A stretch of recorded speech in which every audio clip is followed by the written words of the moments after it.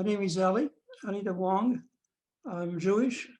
I'm a survivor of the Holocaust. And what I'm going to tell you today is what happened to me and my mom and my dad during the war. I was born in Paris, France. I'm 87 years old. I came to Canada exactly 70 years ago. Actually, March 31st, 1951 is the day I came to Canada. It's going to be exactly 70 years next week. My mom and my dad were born in Lithuania. They came to Paris in 1929 and in 1930. And that's my mom. She was pretty young at that time. I think she was about 16 or 17 years old. They were nationalized French. That means that they became French citizens. And me being born in Paris, automatically I was born French. This is my dad. He says hello to you. And my father started a little business in Paris in the 1930s. He was making and repairing radios. These are the 1930s. This was a new technology, a little bit like the internet, all that new technology we have today.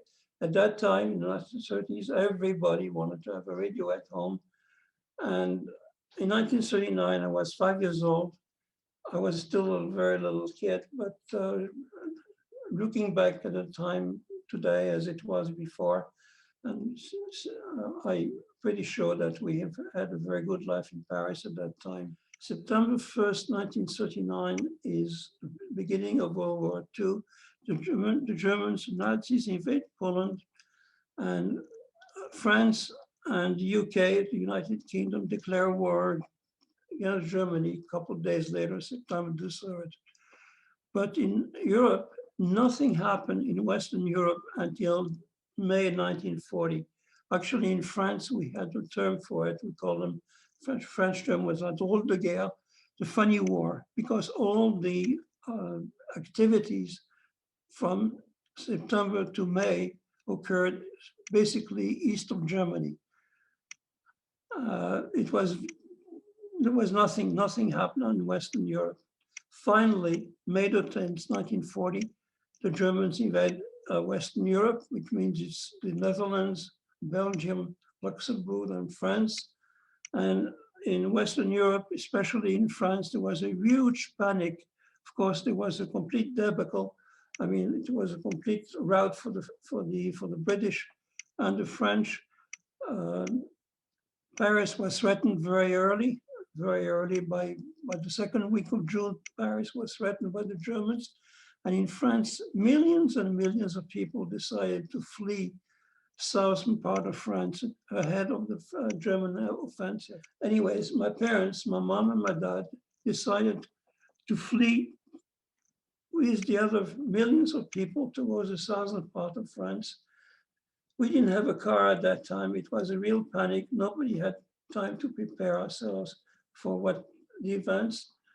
I don't know how my father, he could found somebody who had a car. I don't know if it's somebody he knew or maybe somebody that were selling him pieces for his radios or client. I'm not sure. I was a little kid at that time. I was 6 years old. And we fled all the way to the southern part of France. This is Paris, in Bonpass, which is about 30 kilometers north of the Spanish border. At that time, we had nothing, absolutely nothing. I remember my father, a little bit later, used to try to get to work. That's me in this little village in Bonpass.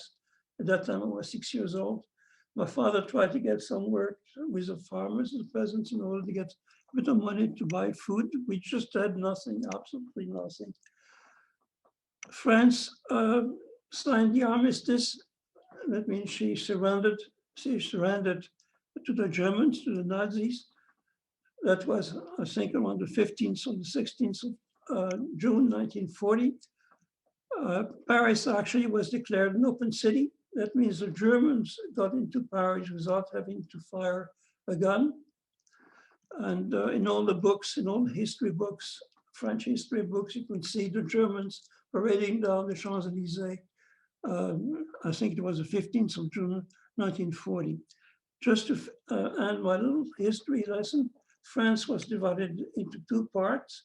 We had what we call the occupied zone, the zone occupée, which was about 2/3 of the French territory, and the rest of the territory, basically the southern part of France, we called it la zone libre, the free zone, which was under the government of Maréchal Pétain. And there was a real border between the two France. In French, we call it la ligne de démarcation, the real border between the two France, and on both sides were guarded. On the southern part of the border, it was guarded. It was guarded by French authorities, and on the northern part of France, of the border, it was guarded by the Germans. My father, who left everything in Paris, decided a bit later to go back to Paris, but my mom didn't want to stay by herself in this little village with me. And again, I'm not sure, at that time I was about 6.5 years old, still a very small kid. I don't know how we made it, but we got back to Paris. I think it was sometimes in the fall of 1940. The first laws against the Jews in France were enacted at the end of summer 1940. And one of the first laws that was enacted, and most Jews obeyed the law, was that Jews had to present themselves at the police station and identify ourselves as Jews. And on all our ID cards, it was stamped, if you were a lady or a girl, it was stamped Juif. And if you were a man or a boy, it was stamped Juif.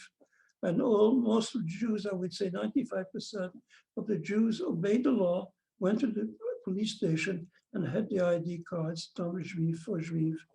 That was very, very early, May, in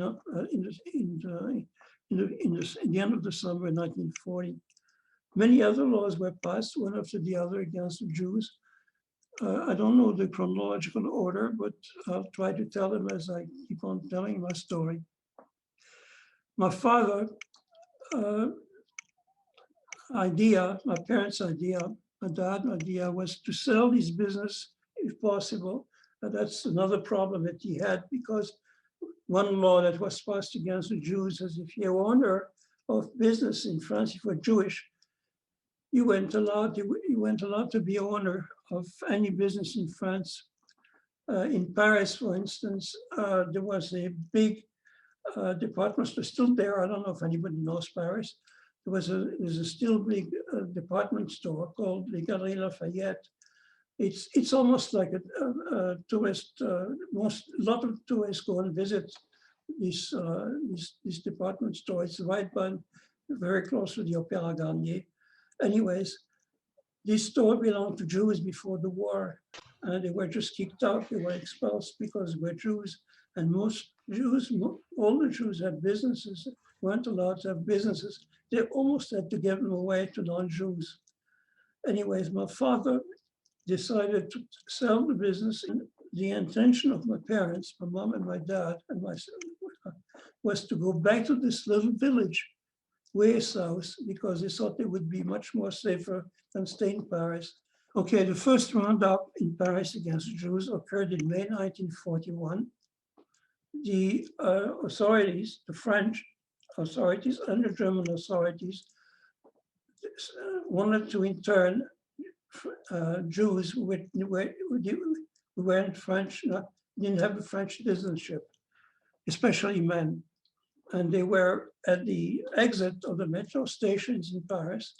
And as they were watching the people coming out, if you had the physical appearance of being a Jew, a man being a Jew, the big nose, maybe very thick eyebrows, maybe a darker complex, they were asking for papers.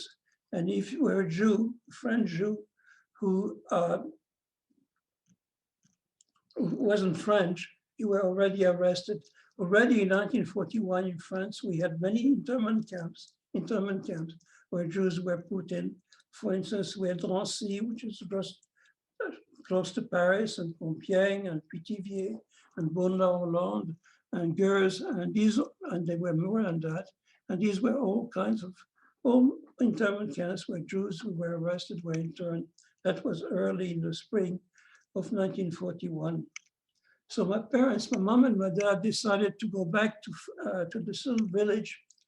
There was another law that was enacted in France quite early against the Jews. We weren't allowed to travel. We weren't allowed to leave the city or the town or the village where we lived. It was even worse, actually. We weren't allowed to move from one apartment to another or one house to another. But my father and my mom decided they didn't want to move out. They want to move down again to this little village way south because they thought they would be much more safer than staying in Paris. And because we were Jews and we were already identified as Jews on our ID cards, they made themselves false papers saying they weren't Jews. My father's first name was Five-ish, and my mom's first name was Shana. These are Yiddish names. Actually, Yiddish was my first maternal language. It's a language I spoke at home. My parents, who came from Eastern Europe, most of the Jews that came from Eastern Europe spoke Yiddish. Actually, if you see the Jews in Toronto, the very Orthodox Jews, that's their language. They speak Yiddish. Of course, my second maternal language is French, but that was my first maternal language, was Yiddish. So my father's name was Five-ish, my mother's name was Shana, and I know they changed their names. My father became Felix, French first name, and my mom became Sonia, the French also first name. And we were ready to go. I don't know if we bought the tickets, probably not. At that time, we went to the station and you bought a ticket there. We were ready to go. And I have so many memories, but this is one of the first memories. I was very young, I was 7 years old still. They knock on our door, or somebody knocks on our door. And when we open the door, what do we see in front of us? Two policemen, Parisian policemen, who tell us, the three of us, my mom, my dad, and myself, that we are arrested. And they took us, the three of us, to the headquarters of the Parisian police. It's la Préfecture de Police de Paris.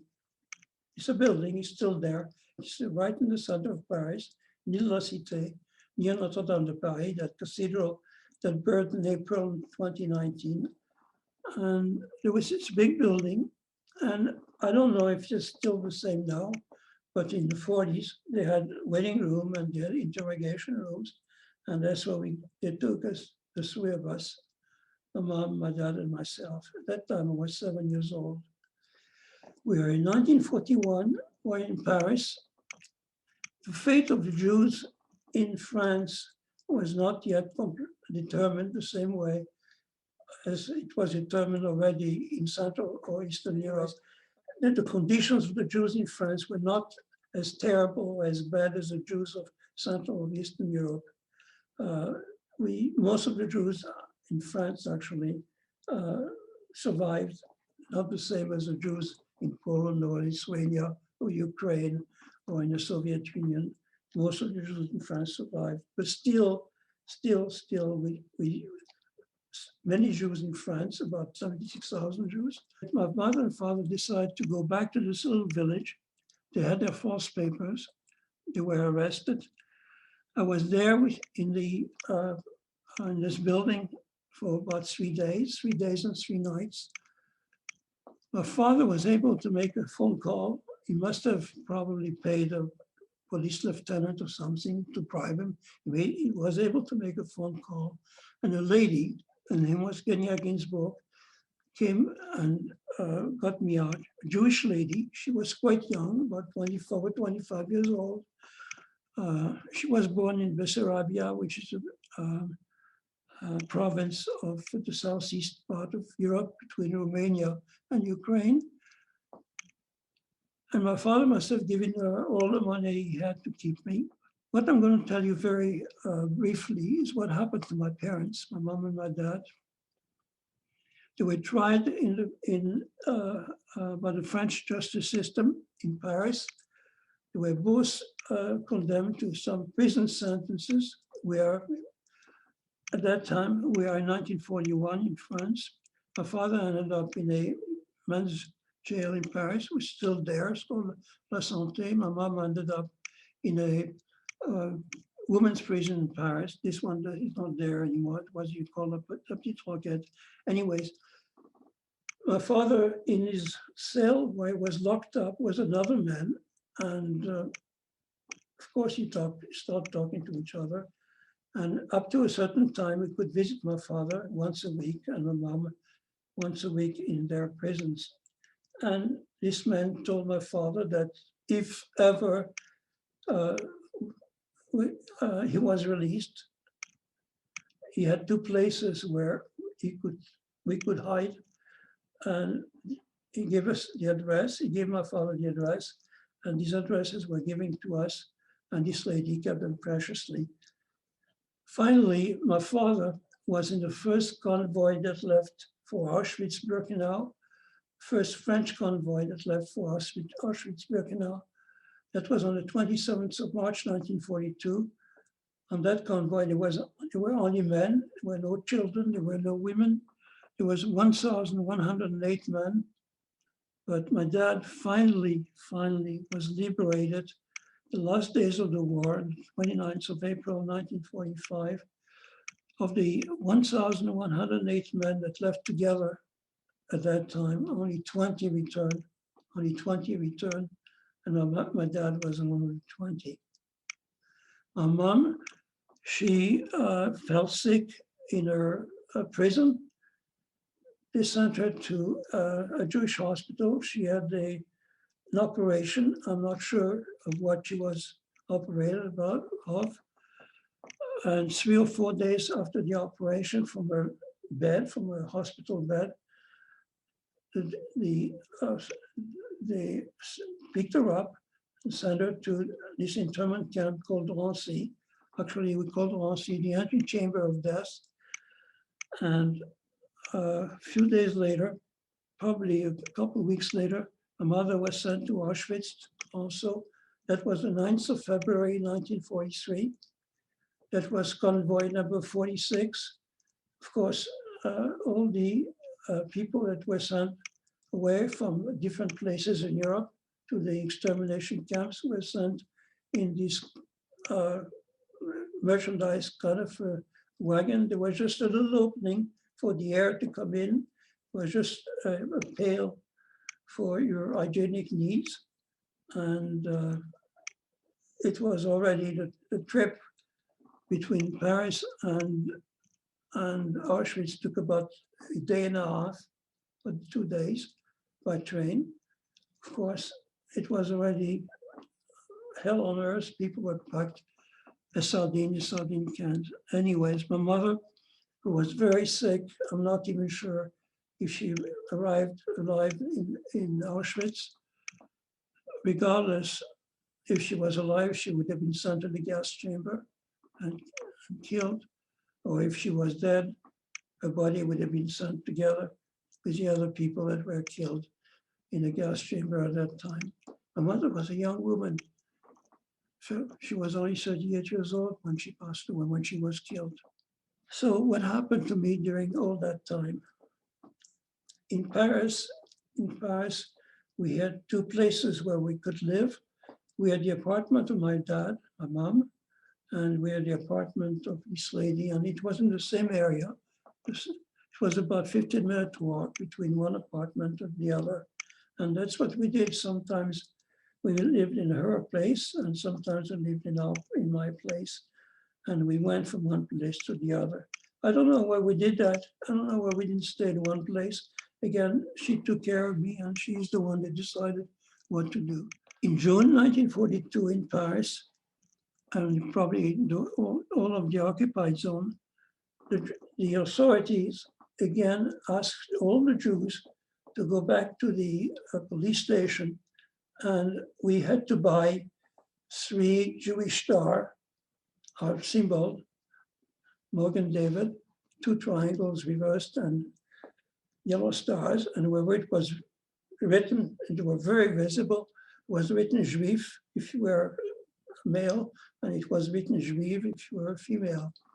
And we had to sew them in our clothes, in our outer garment.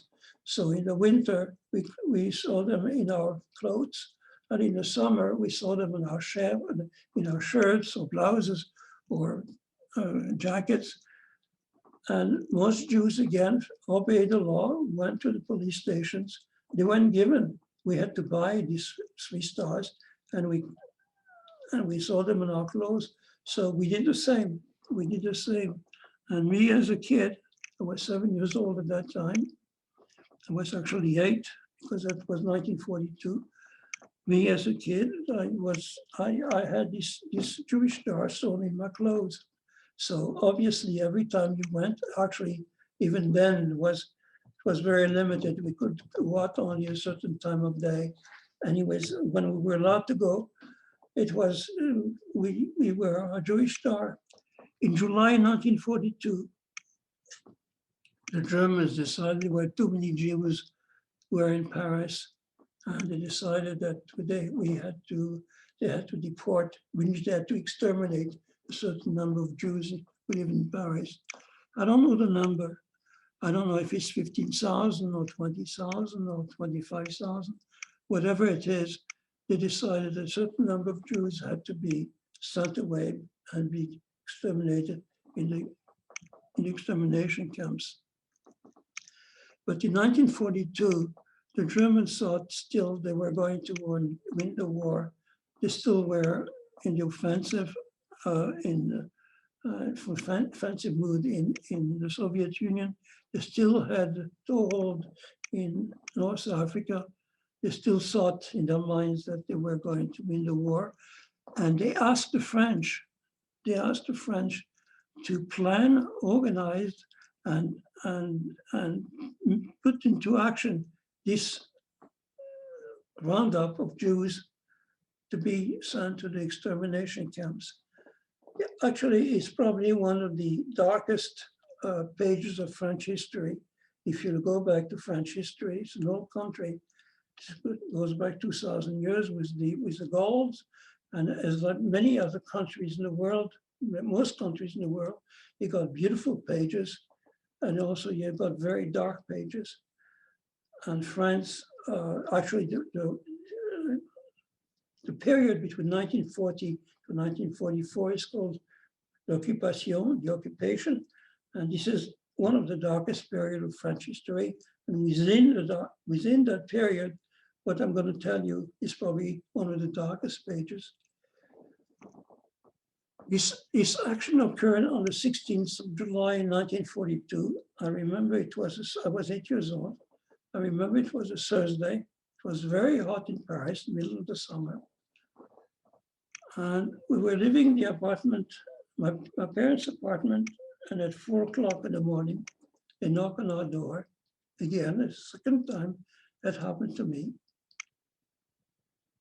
And when we see again Parisian police who tell us at both this lady and I that we have 10 minutes. It was 10 minutes to get ready, to get dressed and put some clothes in a suitcase, and they will take us away. And these 2 policemen had a list, and on the list was the name of my mom, Elie Dawang. We're living in the apartment of my parents, and they had my name, Elie Dawang. Nobody knew at that time about extermination camps. Nobody knew about it, the carnage, what happened to the Jews in Central and Eastern Europe. Nobody understood, nobody had any concept of what happened there. At that time, we're talking about 1942, but who wants to be taken somewhere, anywhere? We didn't know where they were going to take us. So this lady, her name was Kenya Ginsburg, by the way. This lady says, 1 sec, please. She goes and looks for a purse, takes out her ID card. It was stamped, she was Jewish because that's what we did. But her name was Kenya Ginsburg, and the name of my mom, he was Elie Dawang. And she told these 2 policemen that they are making an error, they're making a mistake. She's not Elie Dawang. I don't know if these 2 policemen had some humanity I don't know if she thought maybe we were nice people. I know she gave the money. And I remember as I talked to you, it's something you can't, it's etched in your head. I remember as I talked to you, they turned around, facing the wall on the other side of the door.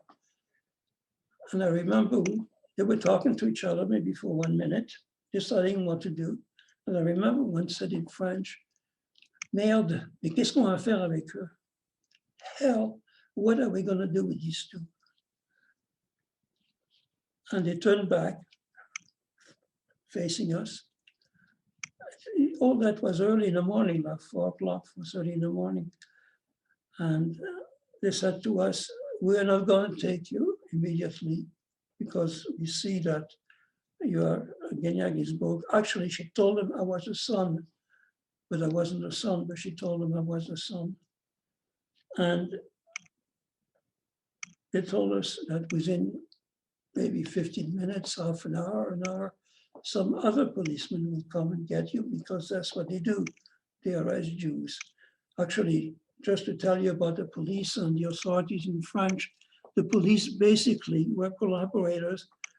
All the police in France and the gendarme is like the Ontario provincial police. All the authorities in France basically were collaborators. I mean, they collaborated with the Germans during that time. Anyways, so they left. So what we do, I was in my PJ, she was in a nightgown. We get dressed, and we knocked on some neighbors that we knew, French people, but it was early in the morning. That's one thing. And in Paris at that time, they had posters all over the place, all over the city, saying that you're not allowed, you can't help Jews. If you take Jews at home, like if you hide Jews at home, your place, you could be arrested, you could be shot. Actually, in Paris in 1942, there was a big exposition in the Grand Palais, still there. It's a big exposition hall near the Champs-Élysées, where and thousands and thousands of Parisians went to visit this exposition, and where they showed that all the ills of the world is because of the Jews, that Jews wanted to exploit the world, only want to make money. The Jews were terrible people, were the lowest of the low in the humankind. They had caricatures, faces like the Cro-Magnon or the gorillas. And again, thousands and thousands of people went to see that expositions in Paris. Anyways, so what do we do? Nobody wanted to open the door. We went down, took the elevator. We lived in the 7th floor, the apartment building. Took the elevator, went down. And if they would have had police people in that street or in front of the door where we lived, we would have been arrested because we were wearing at that time the Jewish star. So you have to imagine during this action, which I'm going to tell you why it's called La Rave de Veldiv, the roundup of the Veldiv. 2 Jews in Paris where Jews are being arrested. So we knock on some of the shopkeepers that we know, like the bakery, or maybe in French, at that time we had stores called laiterie, where they were selling milk and yogurt and cheese. And, some other storekeepers we know, but again, it was early in the morning, all, 4 o'clock, 5 o'clock in the morning, all the iron curtains were down, so we knocked on these iron curtains, but nobody wants to open the door at that time. So again, 2 Jews, this young lady and I, walking in Paris with our Jewish star. Finally, she remembered that she knew an old French Jewish lady. I think her grandparents or great-grandparents came to Paris, maybe by the end of the 19th century. I don't even know if she was identified as a Jew. She went to the police station to identify as a Jew. She was an old lady. She was maybe between 70 and 8 years old, 80 years old. To me, I was 8, and person that was so old at that time was scary. Anyways, she remembered, she knew our address. She knocked on her door. She obviously was as scared as everybody else. She didn't want to open the door immediately. So we talked to her through the closed door for about 15 minutes. And finally, she let us in.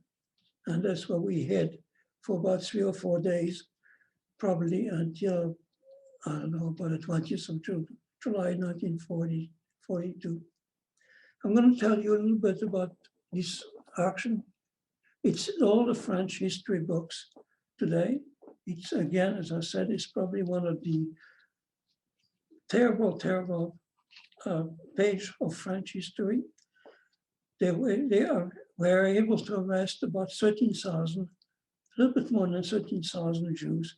So people that weren't by themselves, had no family, the Jews that were no family, were sent directly to this internment camp where my mother, well, she wasn't there yet.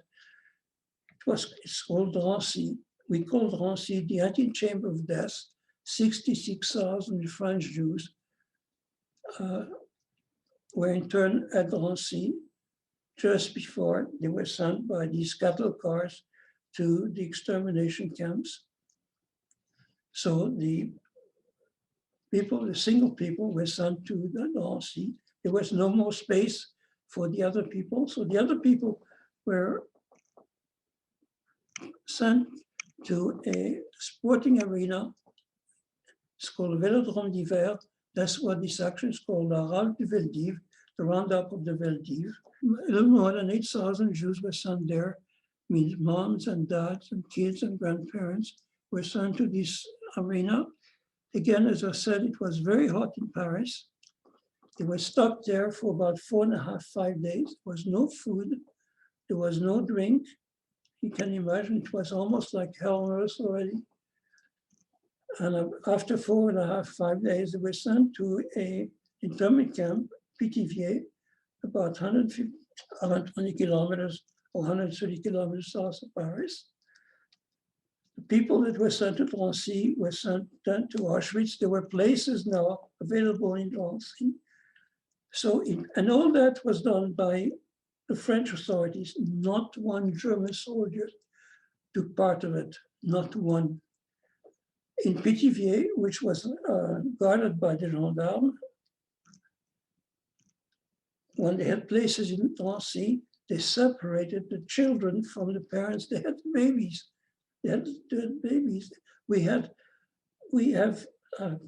the film, we have documents, we have pictures, we have testimonies of mom holding the children in their arms, torn away by the gendarme. The kids were put on one side. The parents were sent by train to Drancy. So the older kids had to take care of the younger kids. They had newly born home in there. And parents then about 2 or 3 weeks later were sent to the extermination camps from Drancy. Then there was space for the children. So the children were sent to Drancy, 4,500 children. And 2 or 3 weeks later, the children were sent by cattle, all these children were sent by cattle car to Auschwitz. And as far as I'm concerned, as far as I know, none of them returned. Maybe I've been told, and I'm not sure it's right or not, I've been told 2 survived of these 4,500 kids.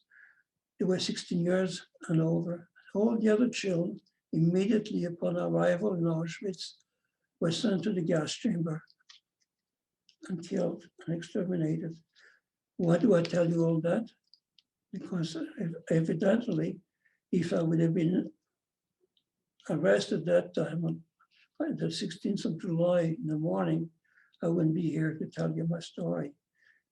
That's for sure. no chance of survival, none whatsoever, zero. This is probably one of the really bad pages of French history. So we couldn't live in this in her apartment or my apartment in Paris. So we had one of these two addresses that was given to us when we visited my father in his cell. And that's what she decided to do. Actually, the things calmed down a bit in Paris. They had no more place to have the Jews for a while in Paris. So things calmed down a little bit. So we came back to our apartment after we stayed with this little lady. We picked up our clothes and we moved. We went to this apartment, which was right at the periphery of Paris. Doesn't matter, that's not important. But you have to realize that we came to another apartment building with our Jewish star.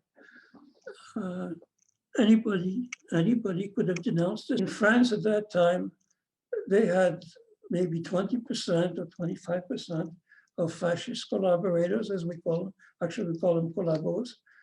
Anybody in this apartment building could have, it's like two Jewish aliens walking all of a sudden in a building.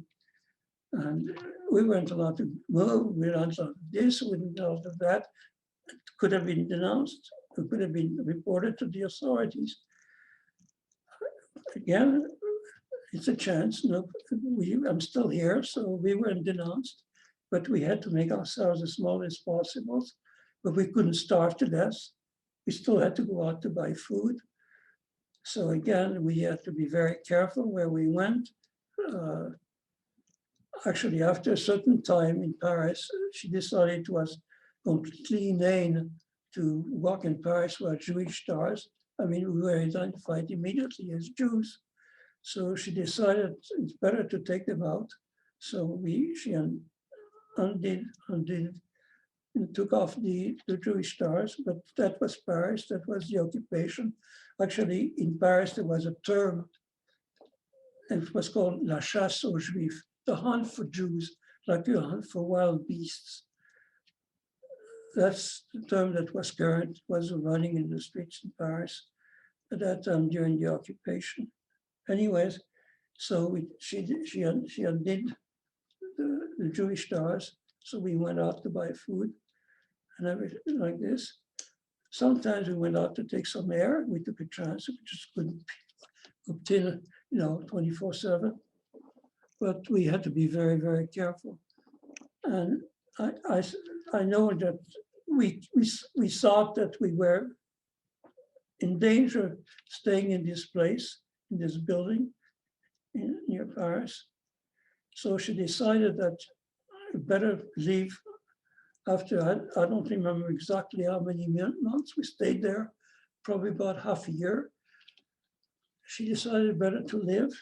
And we had a second address, which was a little village, again, about 250 kilometers west of Paris. But we had to take a train, you couldn't walk there. So again, Jews weren't allowed to travel, but she said that we have to take a chance. And so we got ready, took the metro to go to these train stations in Paris. We have these big train stations, it's still there. The Gare de Lyon, Gare de l'Est, Gare du Nord, Gare Montparnasse, Gare d'Austerlitz, the big train stations. But that's during the war, that's the occupation. And people were watching, authorities were watching the people as they walked into the train stations. There were the French police, there were the milice, there was probably the Gestapo, or there probably was the German also secret police. They were watching people walking into the train stations. I mean, Jews weren't allowed to travel. The resistance movement in 1943 started to become a little bit stronger. So they were watching for these people. Other groups weren't allowed to travel. So here we are, I'm 8.5 years old, 9 years old, going into the station, knowing that I have to be very careful with my mannerism. I shouldn't have any mannerism showing that I'm afraid, that I'm not the same as the other kids, other people walking in the station. It's not easy. It's really not easy. It's like making a movie. You have to pretend. You have to pretend that everything is okay. You have no problems, and it's not easy. Go in front of the wicket where the lady was selling the tickets, and it's me that asked for 2 tickets pour le Mans, s'il vous plaît, 2 tickets for le Mans, please, because the lady that I was with, she, as I said, as she was born in Bessarabia, she spoke French, but with a very pronounced accent. So immediately she would have asked for tickets. There was a man behind that lady that was selling the tickets and was staring with people there eye to eye. And if you have any suspicion that you were one person who wasn't allowed to travel, he would have asked for papers. So it's me that asked for 2 tickets for Le Mans. We went through it.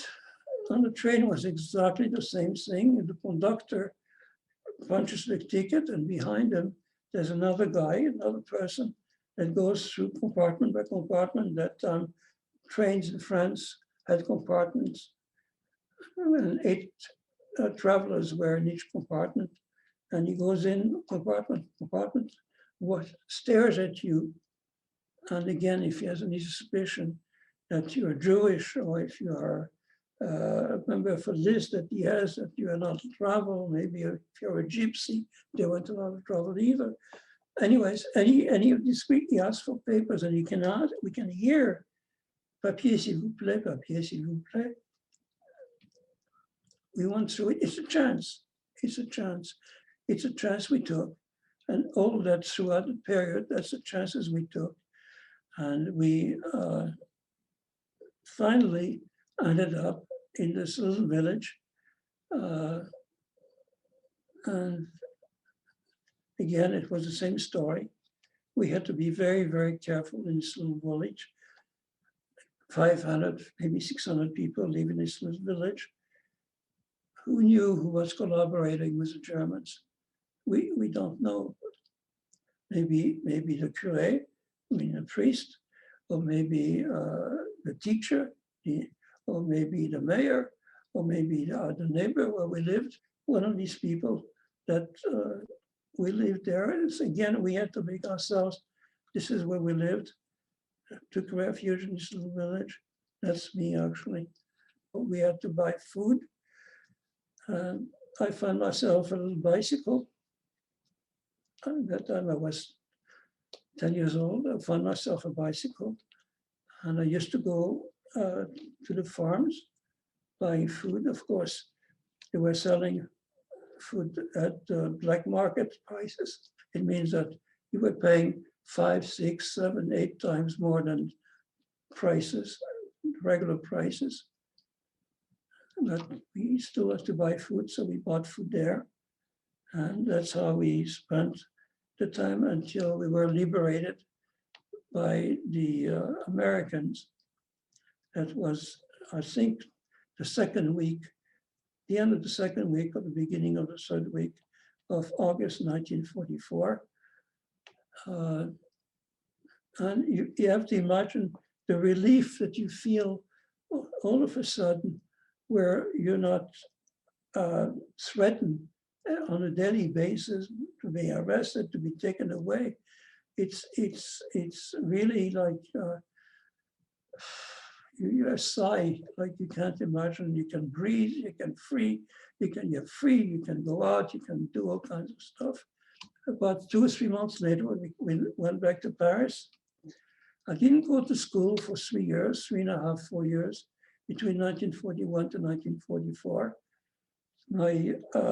The reason for it is because it didn't happen on a daily basis, but happened often enough in France, where the authorities during the occupation, he went into the classrooms, especially the boys' classrooms, and asked the boys to bring down their pants to see if we were circumcised, because Jews are circumcised. And if we were circumcised, you had to prove that you're not Jewish. So you can imagine a little boy, a little kid, maybe 5, 6 years old, although he's got instruction by his parents to be sure to say that he's not Jewish if he's asked for Jewish, but instinctively sometimes comes out, I'm Jewish. It's tragedies, awful tragedies happen where parents used to come and get their kids at 4 o'clock in the afternoon, and they disappeared. They weren't there, never found them. They never found them. They were eventually sent to, again, to Auschwitz and be killed. Anyways, so she thought, and she was right, that it was too dangerous for me to go to school. I still could read and write, not as well as the other kids, but came back to Paris. That was early fall 1944. It's not that I'm smarter than the other kids, but I think I remember that within maybe 5, 6 weeks, I got to the same level of knowledge of the other kids of my class, of my age. And the last really memory I want to talk about is when my father came back. My dad was liberated, as I said, the last days of the war in Dachau. Actually, Dachau was the first concentration camps that Hitler erected when he took power in 1933. It doesn't matter where it is. Anyways, it's in Germany. And I don't know why my father convinced the authorities that he came from France. I mean, when he was liberated, when he was freed, he was just skin and bone. His face was very thin, he had white hair. I don't know who he convinced. Either Jewish agencies were there to help survivors, or maybe the Red Cross, or maybe the American authorities, I don't know. Anyways, he convinced the authorities that he came from France, maybe because he spoke French, not sure. They repatriated him by the middle of May 1945, came back to Paris. Didn't know whether I was alive or dead. Came to see people that he knew in Paris, knew I was there. I was in the class, in the school, in the classroom. And he ran to the school. I remember the door of the classroom opens, and there is the director, the principal, if you want, the director, principal of the school, together with a man, very thin man. I didn't recognize him immediately. I mean, I didn't see him for 3 years, 3.5 years. I know he was looking to see, saw me where I was sitting with the other kids. He ran, he took me in his arms. He was crying. My father, my dad was crying. My dad was 40 years old at that time. Man, he was crying. And me, I was 11 at that time. And when he took me, I finally recognized him. He took me in his arms, he held me. I was crying also. And that's how we found each other. That was May 1945. One of the reasons is that as I'm pretty old actually. It's very important that this story is never forgotten, not only for the Jews, but for the world. How can you conceive a country, such a developed country, such a highly cultural country like the Germans, and I'm talking about the Germans, but many other countries, France, not France, but Europe was basically for a certain time occupied by the Germans, and in each of these countries they had people, their own citizens, who were fascists, who were anti-Jews, who decided that Jews were had to be exterminated. So it's important that the story never dies, most people have passed away, unfortunately. Most survivors have passed away already, but I'm one of the youngest survivors. And I won't be here long in this earth anyways. So that's one reason why I tell my story. The other reason, you must know that our planet is not heaven on earth. You must know that there's a lot of problems. Climate change, diversity, inequalities, racism, anti-Semitism, genocides. There's so many problems on our little planet. 7.5 billion people that live on our little planet together today. And what I want to tell is that whether you are black or white or Asian, it doesn't matter. Whether you're a Buddhist or Hindu or a Muslim or a Christian or a Jew, or if you're a believer or non-believer, we are all part of the humankind, human race. And again, as I said, I'm an old fellow, but you are young. It's your generation, it's your future. And although we may have made the best of the world in our time, it's going to be up to you to find solutions to be able to live in peace, tranquility, all together in this little earth. You have to. I don't think you have any choices. And you can't have all these problems that we have. You're gonna have to solve them. I don't know if she told me, but instinctively, I felt even when I was 6 or 7 or 8 years old that life wasn't normal. We didn't do things that other people did. And so instinctively, I knew that we had to hide. And that's what happened. And a lot of the Jewish kids felt the same. Yes. And I'll tell you, this is something that stays with you for the rest of your life. It affects the way you think. It affects the way you behave. It affects the way you, tell your children and your grandchildren what happens. All that stuff, it's all there. It's all there. It's something which is etched in your personality. It's a trauma. I mean, how can you imagine? And again, my fate is not as bad as the fate of other people, like the fate of my mother. Well, that's obvious. Or the fate of my father.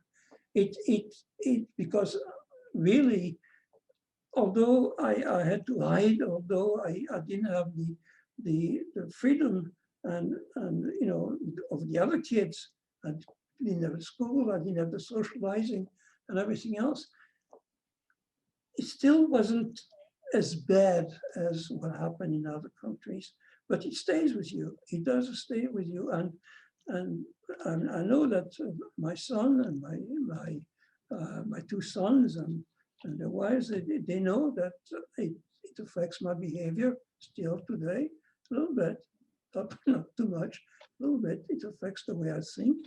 It's the way it affects what I do.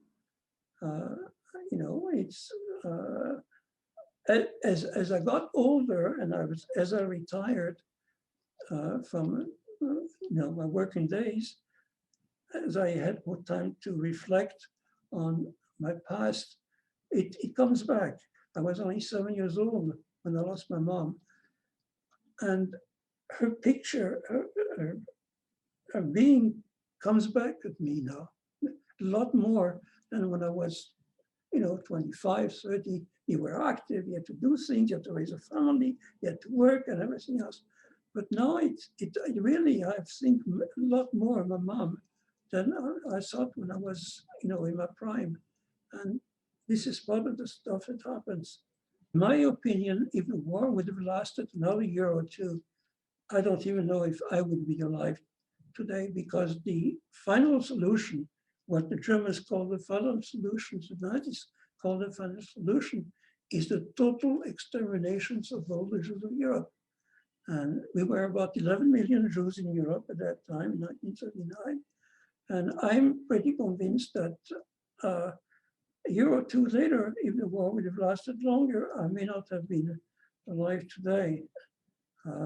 That's one thing that I'm convinced of. So all this stuff is with me. It's part of my life. There's nothing I can do about it. But what happened was the collaborators, most of them, unfortunately, in France, most of the collaborators were not they were not put to trial. They were not put into jail. Some of them were shot, but not enough. Well, like Laval, the prime minister, during the war was shot. Pétain was condemned to death, but he was de Gaulle decided to not to shoot him and to let him die in prison. But some, like I would tell you, one of the worst collaborators was the Préfet de Police de Paris, which was the chief of the police in Paris. It was one of the biggest, one of the known collaborators who actually organized that roundup of the Veldiv of the 16th of July, 1942. Well, he got away. He became very highly, he had a very important post after the war. And it's only in the 1990s, when he was an old man, that finally, he was denounced for what he was, and he was put into a trial. And many collaborators got away in France, many. Some didn't, but many did. Again, there are many reasons for it, political reasons. It's a very complex subject. So, but personally, I didn't know any collaborators. Politically, when the liberation came, when Paris revolted, so they needed the police in Paris after the liberation. And they became the police. All of the collaborators, Germans, became the police. That was the police after the war, after the liberation of Paris. That's what happened. That's what they had to do it. They had to do it. That's why. But this is a very complex subject. It's a personal conflict between my dad and that lady. I don't know what the conflict was, but when my dad came back, maybe expected her to give him back the money or some of the money. So when my dad came back, he cut all the contacts that he had with her, and I never saw her again. But I used to visit Paris maybe once every 3 years. I used to go to Paris with my wife and sometimes with my children. And at one time, I received a letter from her daughter, who I think is a professor at the Sorbonne in Paris. And so she came after her mom died. She had one daughter, and so she came to Paris. We're in the hotel where we're staying, and we had a very long talk together. My family, my sons, and her, and we talked about this lady. And I think that the reason we both were able to survive is that my father gave her all the means to survive during the war. When my parents were arrested, gave her the money and gave her the apartment and everything else. So I think she had the means to survive and to hide and to go places, buy food and everything else. And I survived because she took care of me for between 1941 to 1945. So there's what's the word in the animal kingdom, when one species uses the other species to survive, where they both, it's a scientific term, it's almost like she needed me to survive and I needed her to survive. But I know she got married to an engineer, And she moved out of Paris and she lived in Saint-Étienne, which is a city in the southern part of France. I think she lived to be into her 80s. That's all I know about her. Her name was Ganya Ginsburg. I'm what we call a cultural Jew, which means I'm not a religious Jew. There are many reasons for that. Each one has its own philosophy about faith and religion. But I'm a cultural Jew. My father is also a cultural Jew. If I have time, I'm going to give you one story. It took about a couple of minutes. And then in the camps, in the exterminating the concentration camps, many Jews came in with very, very religious. And after the experience, if they survived, after the experience, they came out completely atheists, completely non-believers. Some of them, not all, but some of them. That was one way. And some Jews that came into camps, they were non-believers for some reasons, maybe because they needed that to survive, came out with being very religious. But my dad, even before, was a cultural Jew. He was, I don't know if he was an atheist or an agnostic, but he wasn't a religious Jew. The thing that we Jews do, even if we're not religious, we like Jewish traditions. For instance, we like, the feast of Passover, which is really a religious kind of it's a happy kind of event, but it's still a religious connotation. I mean, obviously, we like the stories of Purim and Hanukkah and everything else, but these are stories of really of the Jewish people. We don't have to be faithful or have faith in order to enjoy the Jewish traditions. And that's basically what I believe. Sie gewesen als Sach, meine Eltern, meine Mama und mein Dad haben gehört Jiddisch. Und ich habe geredet mit meiner Tate, meiner Mama Jiddisch. Und ich habe geredet Jiddisch bis gewesen 2 Jahre alt. Und danach, ich hab gelernt Französisch. Aber Jiddisch ist eine sehr Sprache, was euch Asach, Jeden reden Jiddisch noch. Sehr, sehr schöne Sprache. Und sie da eint, sie da Spiel vom Theater, was in your Gegend, gehört und ihr gesehen, jiddische Plays and everything else. Yeah.